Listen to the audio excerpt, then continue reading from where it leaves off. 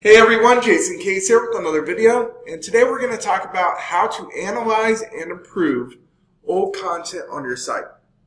So before we get into the specifics of how to do this, I want to go over why you should be doing this in the first place. So when you publish content, this takes a lot of time. Creating long format blog posts, coming up with all the images, doing outreach, promoting the content, put a lot of effort into creating this in the first place and getting it to rank on your website. So once you start gaining traction, you can't just say great and forget about it. You need to come back and look at this over time and find out ways that you can improve it. This is going to help improve your return on investment for your overall content marketing strategy. So that's what I'm going to talk about in this video, how you can analyze and improve this content that you've published in the past. So what I like to do is first start with Google Analytics. Easy tool that will help you give some insights on areas that you should start looking at. So first go into, on the left-hand column of Google Analytics, look for the Behavior tab. Click on that, and then you'll see Site Content. Click on that, and then All Content. That's what you want to click on. This is going to give you a list of all the pages that are sending traffic to your website. So then what you need to do is click on each of those pages that you want to analyze. You should analyze all of them. What I like to do here, then filter this down by organic traffic, because that's all I'm really worried about right here. I just want to look at the organic traffic. So easiest way to do this, and you can use this segment for anything else, is create a new segment for organic traffic. So you'll see a little button at the top that says New Segment. Click on this, and then it'll open up a box, and over on the left-hand side you'll see Traffic Sources. Click on that, and then you'll see Medium, and then you'll want to enter Organic in there. Name that segment. You can just name it Organic Traffic or whatever that makes sense for you, and click Save. Now you have this segment that you can apply to any other report in Google Analytics that you want to. So now that you have that organic traffic segment applied, now you want to use this segment to quickly filter down your page visits by this organic traffic. So you look at each page and filter it by organic traffic, and then you want to set the date range to show from when you first published the blog post.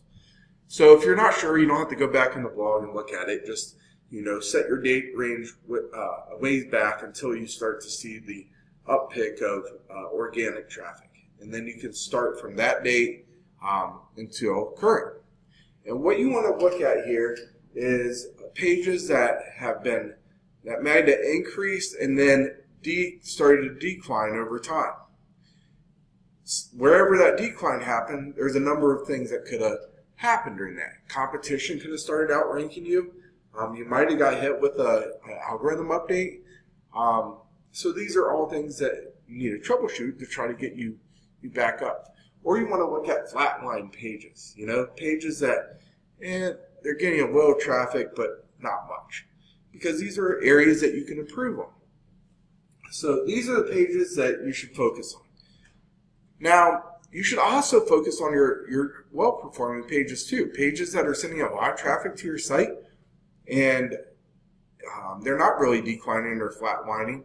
You can still use the same process I'm going to go into next on these well-performing pages as well to even get more traffic to them. So once you identify those pages, now you're going to head over to Google Search Console. In the left-hand side column, you'll see Search Traffic. Once you click on that, click on Search Analytics. This will bring up all the pages or all the queries that are sending queries to your website. What you want to do here is click on Pages and then filter the results by the page that you identified in Analytics that you want to filter your results by. You just paste the URL in there and then apply that filter. Now you want to click back on Queries, and there's 4 checkboxes at the top for clicks, impressions, click-through ratio, and position. Apply all these filters. You can unapply them if you want to, check out the results. But I like looking at everything at first. This will give you a ton of data on ways that you can improve this content. So look at the search queries that are ranking in position, say, 5 to 10.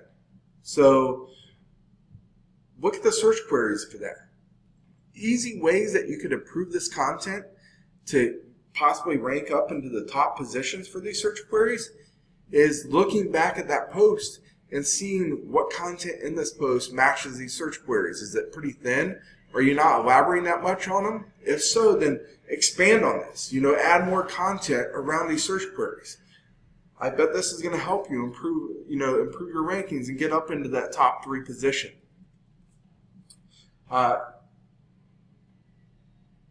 Then look at the click-through ratio. Do you have a low click-through ratio? If you have a low click-through ratio on anything, then do those search queries match kind of like what your meta title and meta description are on the page?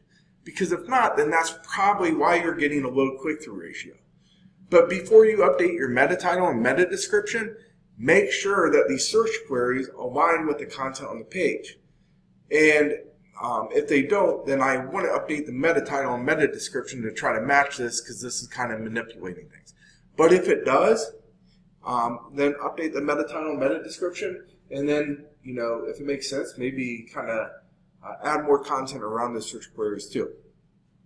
So doing those things will greatly improve your chances of sending more organic traffic to those pages and to your website in whole. Last thing I like to do is take these search queries that you're ranking for on these pages, go over into Moz Keyword Explorer, and enter these search queries in. What this will do is bring up a SERP analysis of pages that are ranking for these search queries. So what you want to do is look at the full SERP analysis for this, and then you'll see your competitors that are outranking you. So this is important because there's some other things that you should look at. So if they're outranking you for these search queries, then you want to look at that page. Why are they outranking you? It's not rocket science. They either have more content around those search queries, or they have more backlinks possibly to the page. More people are backlinking to. If that's the case, then look at the links that are linking to that page and see if there are possible link targets for you, and do outreach to them and promote your content to them and see if you can get some links from them too. And this will improve your chances of outranking them. So either way, I know this is a lot, but doing this to your content that you've already spent so much time and invested money into, doing this over time is going to help your overall return on investment for your content marketing strategy. So that's it for today's video, everyone.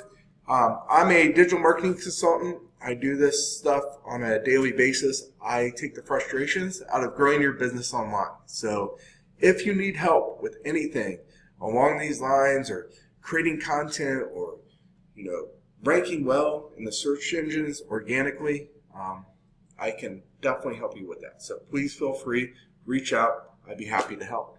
So that's it today. Take care, everyone, and we'll talk tomorrow.